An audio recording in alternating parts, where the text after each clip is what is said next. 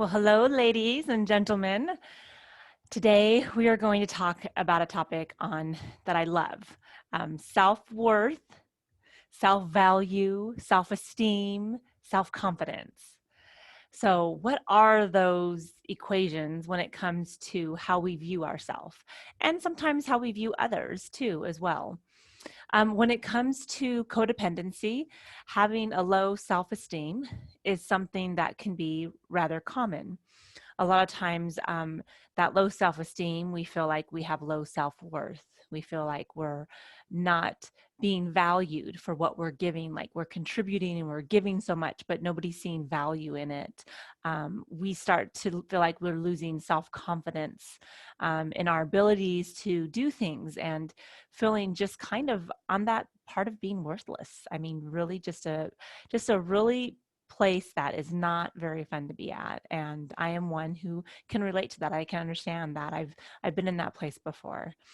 And so I want to talk to you about some concepts and some perceptions that once I've started to put them into my life and start to really practice them, not just think about them, that they made a huge difference in the way that I showed up and the way that I looked at what my value was and what my worth was. So let's first of all break down what really is like self-esteem. So one of the things I talked about in my blog this week that is on the topic of self-esteem, exchanging self-esteem, codependency behavior for self-confidence, a leading lady behavior. So my blog was on this as well. One thing I talked about in self-esteem was like when we're younger and we are learning new things, so when we're going to school and we're building up our self-esteem, that's kind of maybe where the starting point of the situation where we view ourselves as being esteemed or value or worthy based on what we do or what we contribute or how we grow. And so self-esteem is looking at kind of the place where we're learning to read. And so we feel like we have this value that we can read. And so our esteem goes up based on the fact that now we can read. And so what I want to suggest to you is that the value of self-esteem, of the actions, the things that we do, and as we do them, we start to feel good about that we can accomplish this. That self-esteem is based more on value. So like the value we're adding, and there isn't, the problem with value sometimes is when we get into that comparison game, right? This person is more valuable than that person. And the truth is that the perception of how people perceive that as being valuable or not is completely on that individual, on people outside of them, how they perceive it, if it's value or not. But if that person is giving a value into the world, if they are growing in ways that they are growing, whether or not other people see it valuable is actually really obsolete. And it can matter in the sense that when you start to add value in the world, more people see it valuable, so then more people want to have that, right? They want to gain that value, or they want to gain from that. And that's not a bad thing, that's a good thing. So we can have that self-esteem and value. This is what we're kind of adding into the world and what that's coming up. So example that I was giving was when we were learning to read as a child, that we felt like we were getting self-esteem from knowing that we can now read, and now we can add value because now we can read. And the value is that, yes, it's valuable to you.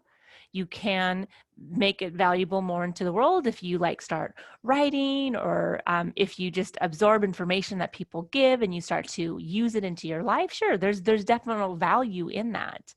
But those things, the self-esteem and value, does not improve your worth.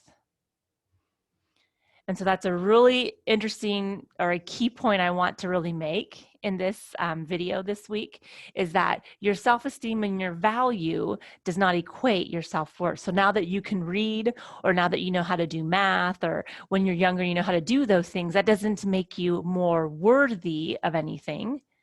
It just means that's a value that you have. And the value could be for you, like, great, now you can read books and you can enjoy the books that you get to read, and you can, engross yourself in that and just love reading. And that's a beautiful value to have.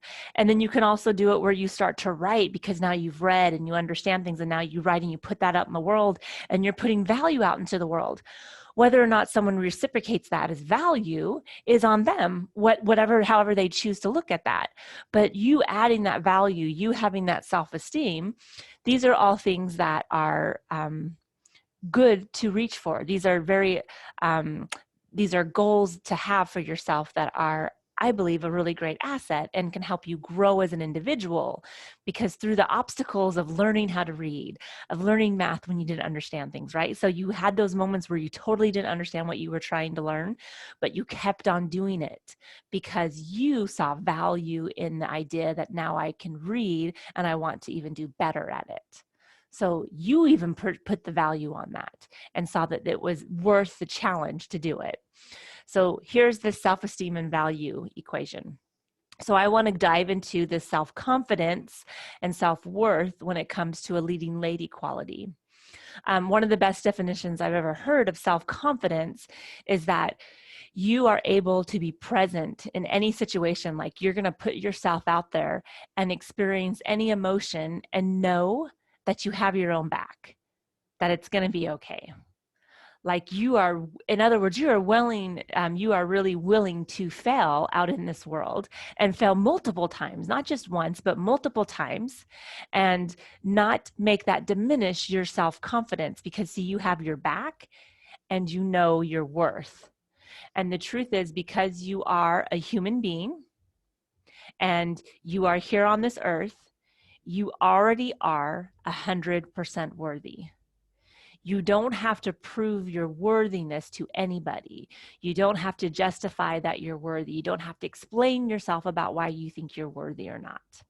See, because when we go into justifying, explaining, telling people, trying to prove why we're worthy, that's where we're getting this self-esteem and value. We're getting that mixed up with self-confidence and self-worth.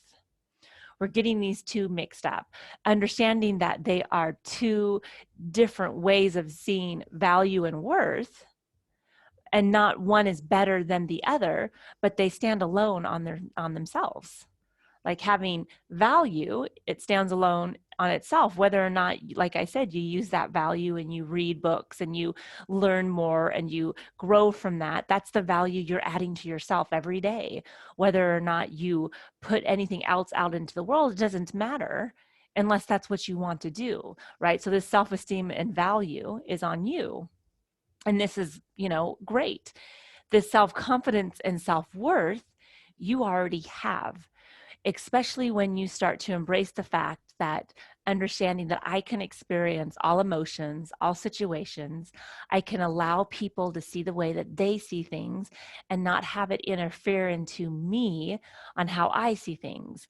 I'm open to seeing it the way that they see it, but it doesn't necessarily have to change me.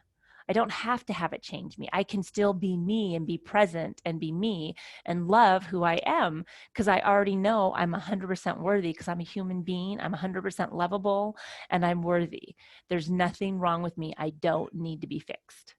So this is the I don't need to be fixed category, when we know that we have the confidence in ourselves, because I know I have my back.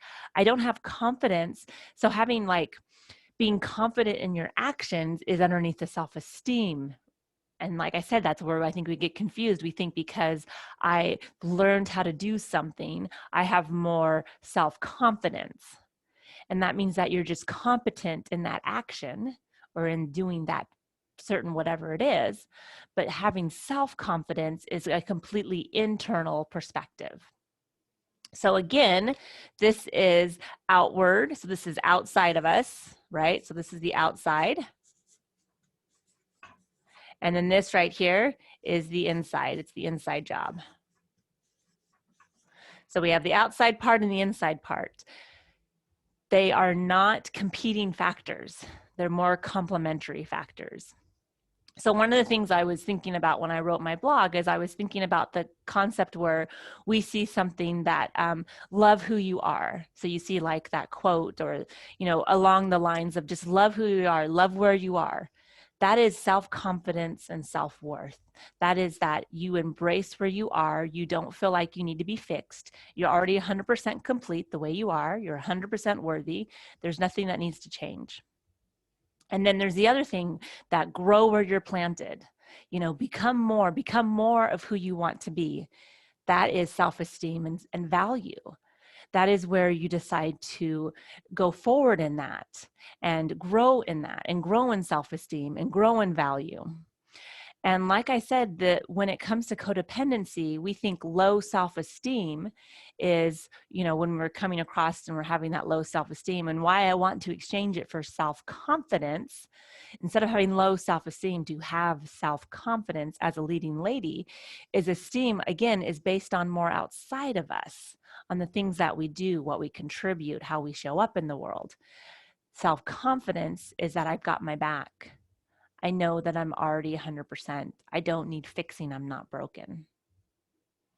And so coming from a place of that is more of a place of just that self-realization, right? So there's a difference between the knowledge of growing and then self-realization that I'm already great the way I am. And what is interesting, I find, is that when I'm working with clients and when we start to really tone in or really kind of zone in on that self-confidence and self-worth, and they really start to grasp the idea that they don't need to change anything, it's not that they stop and they decide not to change. They're like, well, if I don't need to change anything, I'm already, no, because you are, that's great. It's not that they stop. They actually, because now they're confident in that the fact that they have their back and they know that nothing can harm them, that they can grow from all experiences, they want to grow. They want to start adding value. They want to gain more self-esteem. And they do it in a sense out of already knowing that they're complete. In other words, when the saying goes around that, you complete me, the interesting thing is that nobody can complete you. You already are 100%. But you can complement me, just like in this occasion. This is complementary to each other. They complement each other. There's not one greater over the other. They complement each other. And so when we start to go from that area, that when we start to live our life from the sense that I'm already 100% and I want to grow, I want to experience the growth. And this is why I want this in my life. And I'm shooting forward to this because I'm going to grow from this. And I'm going to love the fact that I'm going to learn in the process and become more of what I'm capable of, because I know I'm capable of great things. And so again, that's coming from that sense that I'm already 100%. This is my topic for the week. Please enjoy this video. If you have any questions, feel free to reach out to me and let me know if you have any questions. I would love to be able to connect with you. And if you are interested in doing a discovery coach call, I would love to be able to do that with you. On the discovery call, it's just there to help you find more clarity, maybe in something that you're struggling with. So if you find yourself struggling in something in your life that just keeps on popping up, it's kind of rearing its ugly head on the consistency, I would love to be able to do a discovery call with you and explore what's going on for you and kind of help you form some clarity around that and maybe give you a direction which way you would like to go. Thank you so much for your time. I look forward to talking to you again next week. Take care. Bye.